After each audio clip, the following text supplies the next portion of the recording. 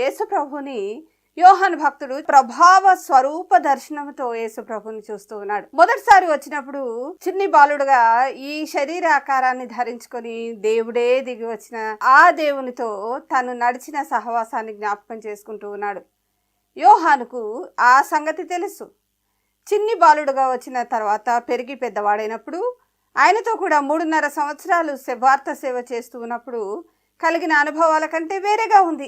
ఇక్కడ ఆయన ప్రత్యక్షత ఎంత మహిమతో ఉంది అనంటే మొదటి అధ్యాయంలోని వచనాల్లో ఉంటుంది.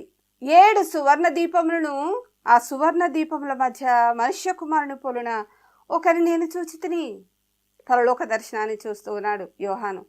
చూసినప్పుడు తనకు తెలిసిన యేసు ప్రభులాగా కనబడటం లేదు. ఆయన పాదాల వరకు దిగినట్టి వస్త్రం ఉంది.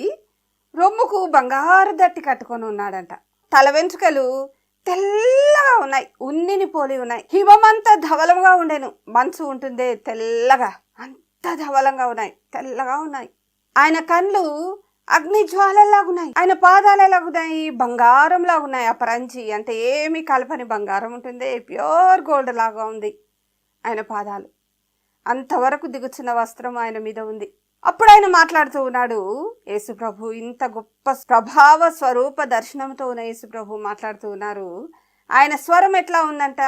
విస్తారమైన జల ప్రవాహాలు పారుతూ ఉన్నప్పుడు ఉండే స్వరం. ఎంత గంభీరమైన దర్శనము యోహాను చూశాడు.